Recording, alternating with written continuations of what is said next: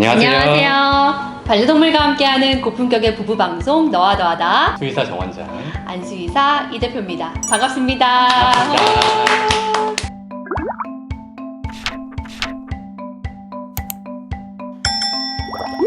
저번 시간에 초보 반려인들을 위한 꿀팁 강아지 편 우리 보호자분들도 그렇고 그 방송을 보고 또 병원에 내원해 주신 분들도 계셨어요. 네. 너무 도움이 많이 됐다면서 네. 초보 반려인들을 위한 꿀팁 고양이 편입니다. 고양이 편. 네, 차근차근 한번 원장님께 여쭤볼 건데 그럼 고양이 데려오기 전에 준비해야 될 것들 강아지와 확연하게 다르죠? 고양이들은 강아지와는 다르게 화장실이 필요하죠. 그렇죠. 고양이 화장실 그리고 거기 안에 들어가는 모래.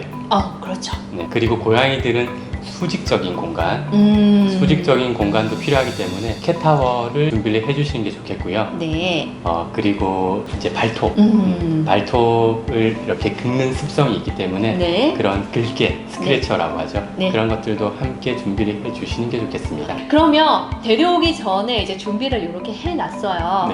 데려오는 시기, 강아지와 좀 비슷할까요? 고양이는 새로운 걸 정말 싫어하는 동물이거든요. 강아지들은 새로운 걸 계속 접해주라고 이제 말씀을 하셨는데 아마 그 이전에 있던 장소에서 새로 분양간 집으로 가면서 환경이 바뀌는 그 날이 태어난 이후로 가장 스트레스 받는 날이 아닐까 싶어요. 와, 정말 많이 받네요.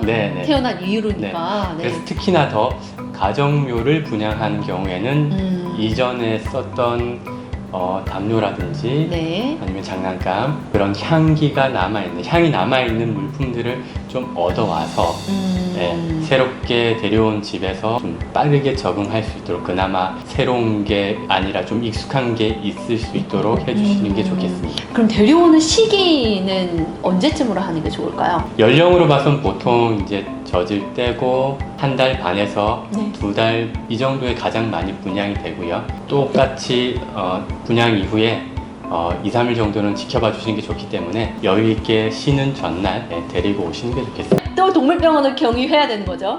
맞습니다. 기본적으로 신체 검사, 청진, 촉진 등을 통해서 전반적인 컨디션 상태를 확인을 해보고요.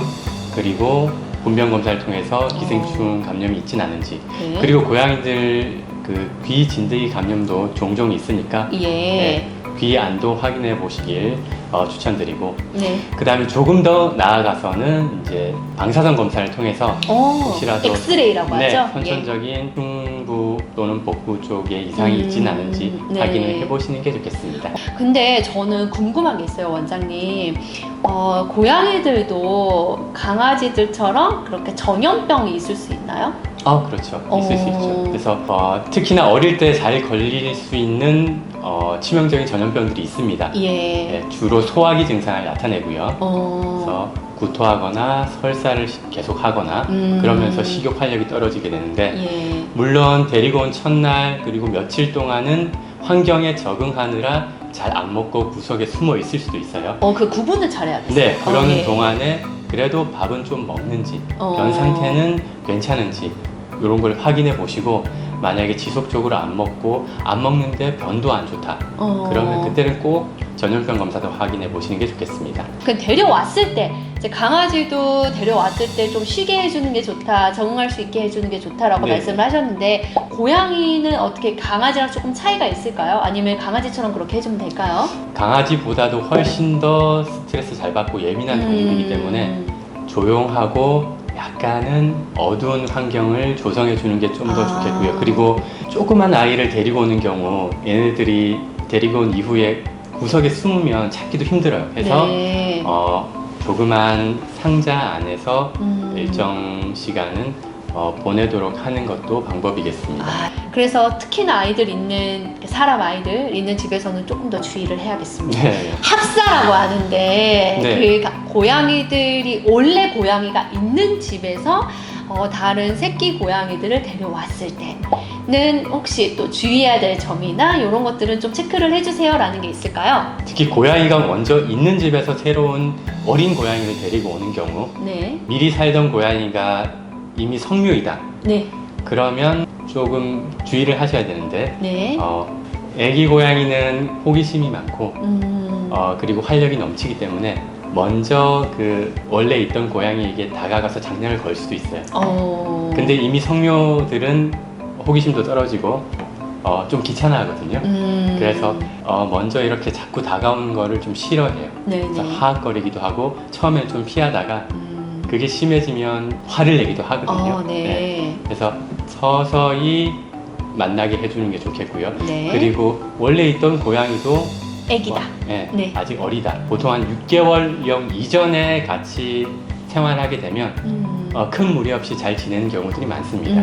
또 접종을 하러 병원에 가야 됩니다. 그죠? 그 접종 시기 이런 것들 좀 설명을 해주시죠. 네. 물론 적응기도 필요하고요. 그리고 전염병들, 특히 바이러스 전염병들은 잠복기라는 게 있습니다. 잠복기. 그러니까 잠복기라는 거는 감염은 됐지만 증상이 나타나지 않는 그렇죠. 그렇게 생각이 안 나. 처음 왔을 때는 증상이 없는데 감염이 돼 있는 경우 그 잠복기를 지나서 증상이 나타날 수 있기 때문에 그래서 5일에서 일주일 동안은 집에서 적응하면서 그런 증상이 나타나진 않는지 보시고 특별한 증상도 없고 컨디션도 괜찮다. 그러면 그때부터 접종을 시작하면 되겠습니다. 그러면 원장님, 이제 우리가 접종 얘기하기 전에 고양이들이 가장 많이 걸리는 위험한 전염병에 대해서 설명을 좀 해주세요. 아까 살짝 언급을 해드렸었는데요. 아마 아시는 분들은 아시겠지만 고양이들이 걸렸을 때 치명적인 전염병 중에 하나가 범백혈구 감소증이라는 질환이 있습니다. 일명 범백. 네, 맞습니다. 그래서 이 병에 걸리면은 구토, 설사 등 소화기 증상이 심하게 나타나고요.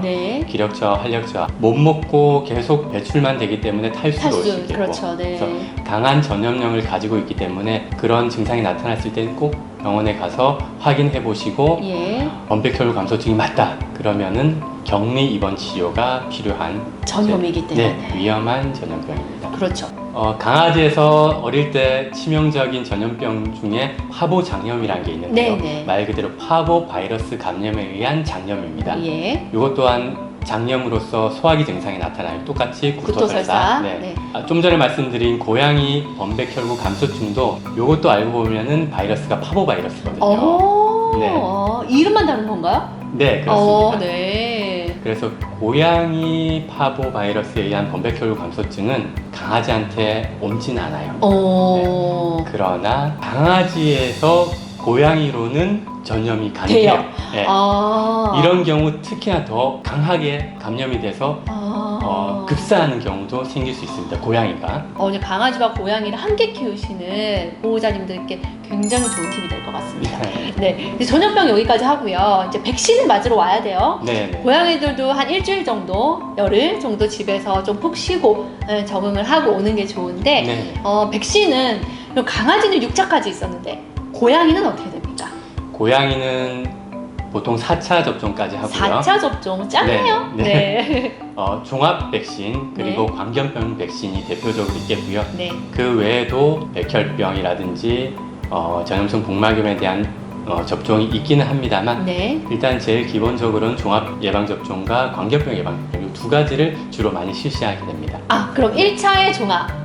종합 예방접종 고양이는 3차까지 진행하고요. 3차까지. 그리고 마지막 4차 때 광견병 예방접종을 하면서 종합 예방접종 맞은 거에 대한 항체 검사를 같이 실시를 합니다. 좋습니다. 그러면 이 종합 접종 주기는요? 강아지는 보통 2주 간격이라고 하면 고양이는 일반적으로 3주 간격으로 예방접종을 합니다. 그러면 한 3달 정도, 그죠? 3달, 4달 정도 걸리겠네요. 다 하는데. 그렇습니다. 그럼 백신을 맞고 와서는 고양이는 어떻게 좀 관리를 해주는 게 좋을까요? 역시나 예방접종 누구나 마찬가지입니다. 사람도 마찬가지고 강아지, 고양이들도 마찬가지고요. 예방접종을 하고 나면 몸 안에 면역이 형성되는 과정에서 발생될 수 있는 활력저하, 식욕저하, 미열 이런 것들은 정상적으로 나타날 수 있고요. 해서 심한 운동이나 스트레스 받을 일들은 좀 피하면서 편히 쉬도록 며칠간 해주시는 게 좋겠습니다. 오늘 좀 꿀팁, 초보 반려인들을 위한 꿀팁 고양이 편 여러분들 괜찮으셨나요? 다음 시간에도 저희는 유용한 정보와 재밌는 이야기를 가지고 오겠습니다. 마무리 인사드릴게요. 반려동물과 함께하는 고품격의 부부방송 너와 더하다 구독, 좋아요 많이 부탁드립니다.